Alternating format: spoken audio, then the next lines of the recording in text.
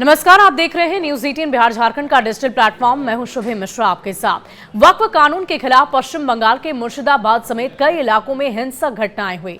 हिंदुओं के घर जला दिए गए, उनकी दुकानों में तोड़फोड़ तक की गई, कई लोगों को मारा पीटा गया। नतीजन सैकड़ों हिंदू पलायन करने को मजबूर हो गए। बीजेपी इसे लेकर ममता सरकार पर हमलावर है, लेकिन सोशल मीडिया में कुछ लोग ये सवाल पूछ रहे हैं कि आखिर राहुल गांधी चुप क्यों हैं।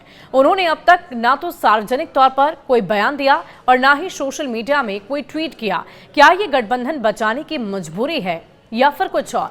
राहुल गांधी अब तक मुर्शिदाबाद हिंसा पर कोई सार्वजनिक बयान नहीं दिया है, ना तो उनके आधिकारिक एक्स हैंडल पर किसी तरह का कोई भी पोस्ट आया है। सोशल मीडिया पर वे रोज कुछ ना कुछ पोस्ट करते हैं, लेकिन बंगाल के बारे में उन्होंने कुछ भी नहीं लिखा है। उनकी ये चुप्पी बीजेपी और सोशल मीडिया यूजर्स के लिए हमले को बड़ा हथियार बन गई है। एक्स पर एक यूजर ने लिखा कि राहुल गांधी मणिपुर हिंसा पर तो बोलते हैं, लेकिन मुर्शिदाबाद में हिंदुओं पर हमले पर चुप क्यों हैं? क्या टीएमसी को नाराज नहीं करना चाहते? एक अन्य यूजर ने लिखा, कांग्रेस का हिंदू विरोधी चेहरा फिर से बेनकाब हो गया। राहुल गांधी का मौन शर्मनाक है।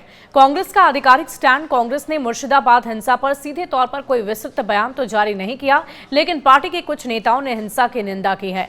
कांग्रेस प्रवक्ता सुप्रिया श्रीनेत ने एक प्रेस कॉन्फ्रेंस में यह कहा कि हम किसी भी तरह की हिंसा के खिलाफ हैं, चाहे वो मुर्शिदाबाद में हो या फिर कहीं और। दोषियों के खिलाफ सख्त से सख्त कार्रवाई की जानी चाहिए। हालांकि उन्होंने हिंदुओं पर हमले या पलायन के मुद्दे पर कोई बात नहीं रखी। पश्चिम बंगाल कांग्रेस के नेता अधीर रंजन चौधरी जरूर एक्टिव नजर आए। उन्होंने हिंसा को दुखद बताया और कहा कि राज्य सरकार को स्थिति नियंत्रित करने में और सक्रियता दिखानी चाहिए थी। हम शांति की अपील करते हैं।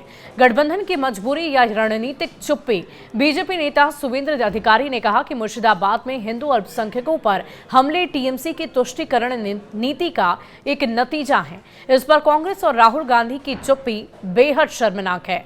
राजनीति के जानकार ये मानते हैं कि कांग्रेस के सामने दोहरी चुनौती है। अगर राहुल गांधी हिंदुओं पर हमले को मुद्दा उठाते हैं तो टीएमसी के साथ गठबंधन टूट सकता है।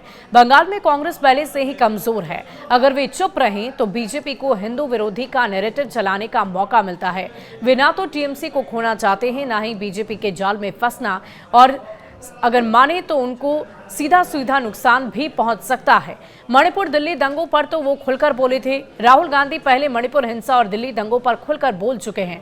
मणिपुर तो उन्होंने केंद्र और राज्य सरकार पर नाकामी के आरोप लगा दिए थे और यहां तक कि वे प्रभावित इलाकों में भी गए। कांग्रेस नेताओं ने संसद तक चलने नहीं दी।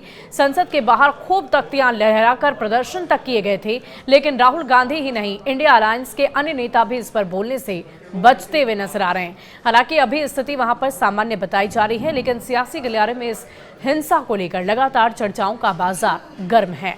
शुक्रिया।